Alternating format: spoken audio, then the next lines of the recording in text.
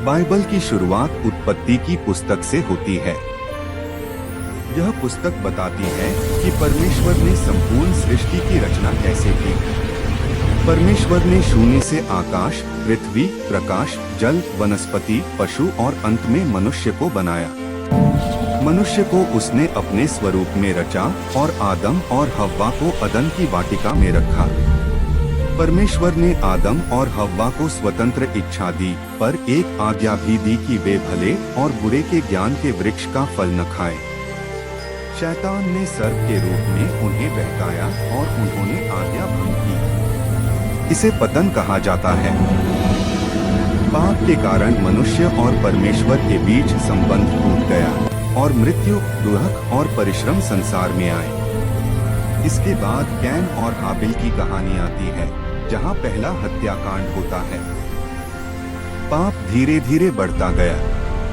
अंततः परमेश्वर ने नूह के समय में जल प्रलय द्वारा संसार का न्याय किया, लेकिन नूह और उसके परिवार को जहाज के द्वारा बचाया। यह उद्धार और नई शुरुआत का प्रतीक है। फिर अब्राहम की कहानी आती है। परमेश्वर ने उसे बुलाया और वादा किया कि उसके वंश से एक महान जाति बनेगी और संसार आशीष पाएगा। यही वाचा, कोवेनेंट, आदि इस्राएल के इतिहास की नींव बनती है। इसहाक, याकूब और यूसुफ की कहानियां परिवार, विश्वास, संघर्ष और परमेश्वर की योजना को दर्शाती हैं। यूसुफ मिस्र में दास बनता है, लेकिन अंततः प्रधानमंत्री बनकर अपने परिवार को अकाल से बचाता है।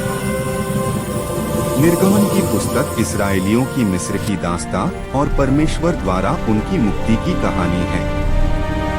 मूसा को परमेश्वर ने जलती हुई झाड़ी में बुलाया और फिरौन के सामने जाकर लोगों को छुड़ाने की आज्ञा दी। 10 विपत्तियों के बाद फिरौन इस्राएलियों को जाने देता है। लाल समुद्र चमत्कारिक रूप से विभाजित होता है और इस्राएली पार हो जाते हैं। यह उद्धार का महान प्रतीक है। सिनै पर्वत पर परमेश्वर मूसा को 10 आज्ञाएं देता है। ये नैतिक और आत्मिक नियम हैं जो बताते हैं कि परमेश्वर के लोग कैसे जीवन जिए। इन पुस्तकों में परमेश्वर की व्यवस्था, बलिदान प्रणाली, याजकत्व और पवित्र जीवन की शिक्षा दी गई है। इस्राएली 40 वर्षों तक जंगल में भटकते हैं क्योंकि वे परमेश्वर पर पूरा भरोसा नहीं करते। व्यवस्था विवरण में मूसा अपनी मृत्यु से पहले पूरे इतिहास और व्यवस्था को दोहराता है और लोगों को आज्ञाकारिता के लिए प्रेरित करता है। यहोशू के नेतृत्व में इस्राएली कनान देश में प्रवेश करते हैं। यरीहो की दीवारें गिरती हैं और देश पर अधिकार होता है, लेकिन बाद में लोग बार बार परमेश्वर से दूर हो जाते हैं। न्यायियों की पुस्तक एक चक्र दिखाती है, पाप, दंड, पश्चाताप और उद्धार। देबोरा, गिदोन, शिमशोन जैसे न्यायी परमेश्वर द्वारा उठाए जाते हैं। इस्राएली राजा की मांग करते हैं। शाऊल पहला राजा बनता है, लेकिन उसकी अवज्ञा के कारण परमेश्वर उसे अस्वीकार करता है। दाऊद परमेश्वर के मन के अनुसार व्यक्ति कहलाता है। दाऊद के वंश से मसीह के आने का वादा किया जाता है। सुलेमान बुद्धिमान राजा बनता है और यरूशलेम में मंदिर बनवाता है, लेकिन बाद में उसका हृदय भटक जाता है। राज्य 2 भागों में बंट जाता है, इस्राएल और यहूदा। लोगों की अवज्ञा के कारण भविष्यवक्ता भेजे जाते हैं, यशाया, यिर्मयाह, यहेजकेल आदि। वे पश्चाताप और आने वाले उद्धारकर्ता की भविष्यवाणी करते हैं। अंततः इस्राएल अश्शूर और यहूदा बाबुल के द्वारा निर्वासित होते हैं। यह परमेश्वर के न्याय और अनुशासन को दर्शाता है। एजरा और नहम्याह के समय लोग यरूशलेम लौटते हैं और मंदिर व शहर की दीवारें पुनः बनती हैं। यह आत्मिक सुधार का समय है। नया नियम यीशु मसीह के जन्म से आरंभ होता है। वह कुंवारी मरियम से जन्म लेता है।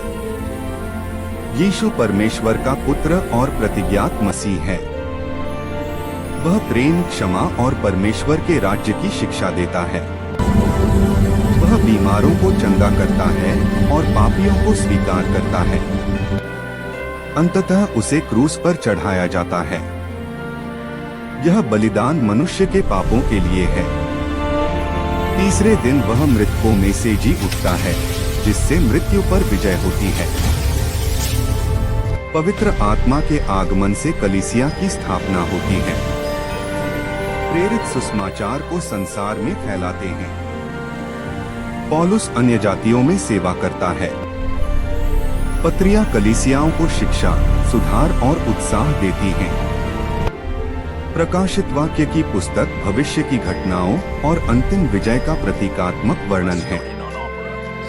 इसमें संघर्ष, न्याय और अंततः नई पृथ्वी और नया आकाश दिखाया गया है। यीशु की पुनरागमन की आशा दी जाती है। अंत में परमेश्वर अपने लोगों के साथ सदा वास करेगा।